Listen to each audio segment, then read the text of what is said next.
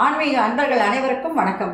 உங்களை இந்த ஆன்மீக சேனல் மூலியமாக சந்திக்கிறதுல நாங்கள் ரொம்பவும் சந்தோஷப்படுறோம். நாங்கள் போகிற வீடியோ எல்லாம் உங்களுக்கு பிடிச்சிருந்ததுன்னா நீங்கள் லைக் பண்ணுங்கள், ஷேர் பண்ணுங்கள். குளத்தூர் பாபா டெம்பிள் சேனலுக்கு நீங்கள் சப்ஸ்கிரைப் பண்ணுங்கள். நீங்கள்லாம் என்னோட வரும்பொழுது இன்னும் நிறைய விஷயங்களை நான் சொல்ல கடமைப்பட்டிருக்கேன். வாங்க இப்போ நம்ம வீடியோக்குள்ளே வரலாம். இன்னைக்கு திருவம்பாவை பாடல் 12 பாடி அதற்கான விளக்கங்களை இப்போ சொல்ல வந்திருக்கேன். ஆர்த்த பிறவி துயர்கட நாம் ஆத்தாடும், தீர்த்தன நற்றில்லை சிற்றம்பலத்தே தீயாடும், கூத்தன் இவ்வாணும் குவளையமும் எல்லோமும் காத்தும் படைத்தும் இறந்தும் விளையாடி, வார்த்தையும் பேசி வளை சிலம்ப வார்க்கலைகள் ஆர்ப்பவன் செய்ய அணிக்குழல் மேல் வண்டார்ப்ப பூத்து கமழும் பொய்கை குடைந்துடையான், பொற்பாதம் ஏந்தி இரு சுனை நீர் ஆடையலோர் ரெம்பாவாய். இது பாடல். இப்போ இந்த பாடலுக்கான விளக்கம். இந்த பாடல்ல மாணிக்கவாசக பெருமான் எதை முக்கியத்துவமாக கொள்கிறார் என்றால், பிறவி துன்பத்தை எவ்வாறு இறைவன் தீர்த்து வைக்கின்றான் என்பதை எடுத்துரைப்பதாக இப்பாடல் அமைந்துள்ளது. பிறவி துன்பம் இருக்கும், அந்த துன்பத்தை எவ்வாறு நம்ம நீக்கணும் அப்படின்றத இந்த பாடல்ல மாணிக்கவாசக பெருமான் கூறுகிறார். பிறவி துன்பத்தை நீக்குவதற்கு நாம் மகிழ்ச்சியுடன் துள்ளி ஆடுவதற்கும் பொய்கை தீர்த்த வடிவமாக இறைவன் விளங்குகிறான்.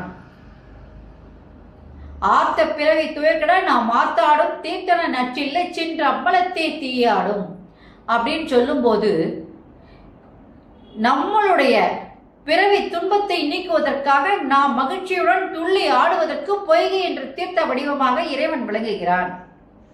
தில்லை சிற்றம்பலத்தே ஒரு கையால் தீச்சட்டியை ஏந்தி கொண்டு ஆடுகிறான். அவன் கூத்தபிரான்.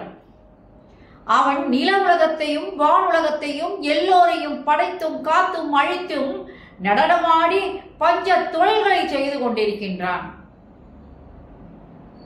அந்த பெருமானுடைய பொருள் நிறைந்த புகழை பேசிக்கொண்டு கை வளையல்கள் ஒலிக்கவும் இடையில் அணிந்துள்ள மேகலைகளின் ஒளித்துள்ளவும் என்று சொல்லும் பொழுது, மாணிக்க வாசகர் அந்த காலத்துல ஆண்கள் பெண்கள் இரு பாலருமே எண்ணற்ற அணிகலன்களை அணிந்து மகிழ்ந்தனர் என்பதை சொல்லாமல் சொல்லுகின்றார்.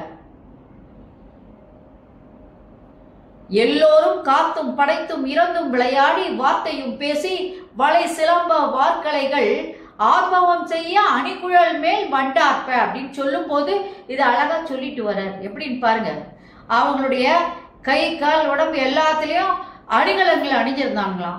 அது பெண்களுக்கு மட்டும் அணிகலன்கள் இல்லை. அந்த காலத்தில் ஆண்களும் பெண்களுக்கு நிகராக அணிகலன்களையும் அணிந்திருந்தனர். நம்ம ராஜா கதையெல்லாம் பார்க்கும்போது பார்த்துருப்போம். ராஜாங்க பெண்களுக்கு ஈடா அவங்களும் என்ன பண்ணியிருப்பாங்க, கையில் காதில் கழுத்தில் தலையில் எல்லாத்துலேயும் அணிகலன்களை அணிந்திருப்பாங்க.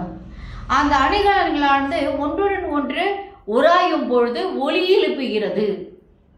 அது ஒன்னோட ஒன்று தேயும் போது ஒளியானது எழும்புகிறது என்கின்றார். அந்த பெண்கள் மலர்களை, மனம் மிகுந்த மலர்களை தலையில் சூடிக்கொண்டிருக்கின்றார்கள். அந்த சூடிய மலரில் இருக்கின்ற அந்த தேனை உறிஞ்சுவதற்காக வண்டுகள் என்ன பண்ணுதான், அந்த தலை மேல அப்படியே பறந்துகிட்டே இருக்குதான். அது மட்டும் இல்லாம வண்டுகளுடைய ஒளியும் தாமரை பூத்த பொய்கையில் நீராடி குடைந்து தலைவனின் பொன் போன்ற திருவடிகளை துதித்து, அதுல எதுக்கு அவங்க நீராடுறாங்கன்னா இறைவனுடைய திருவடிகளை அங்க நினைச்சு வணங்குறாங்க. பெரிய சுனை நீரிலும் ஆடுவோமாக. இதுல மட்டும் ஆடினா பார்த்தாது, பெரிய சுனை நீர்கள் இருந்தா அதுலயும் சேர்ந்து ஆடலாம்.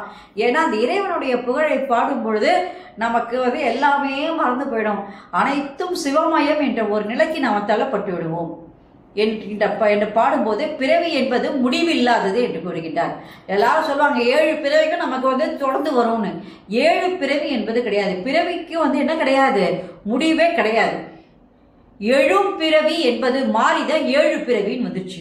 எழும் பிறவிகள் இனி வருகின்ற ஒவ்வொரு பிறவிதோறும் இறைவனை நாம் வணங்கி பிறவி துன்பம் நீங்க இப்பிறவியிலேயே இறைவனோடு நாம் ஒன்று சேர வேண்டும் என்பதை தான் குறிக்கின்றது. அதனால 7 பிறவின்றது நினைக்கூடாது. 7 பிறவி கிடையாது. எழும் பிறவிகள் தோறும் அந்த இறைவனை நினைத்து வணங்கி, இந்த பிறவியே எங்களுக்கு இறுதியாக இருக்கட்டும், உன்னோடு நாங்கள் சேர்ந்து வருகிறோம் என்று பாடுவதாக இப்பாடல் அமைந்துள்ளது. இப்போ பாடலுடைய விளக்கத்தை பார்த்தீங்க. இப்போ சிறப்பு, பிறவி என்பது முடிவில்லாதது. அந்த பிறவி எப்போ முடியும்னா நமக்கு ஒன்று ஒரு சொர்க்கம் திறந்திருக்கும் இல்லையா, நம்ம அதான் இறுதி, நமக்கு இறைவனுடைய சேர்வத்தான் இறுதி. அதனால பிறவி என்பது தொடர்ந்து வரக்கூடியது.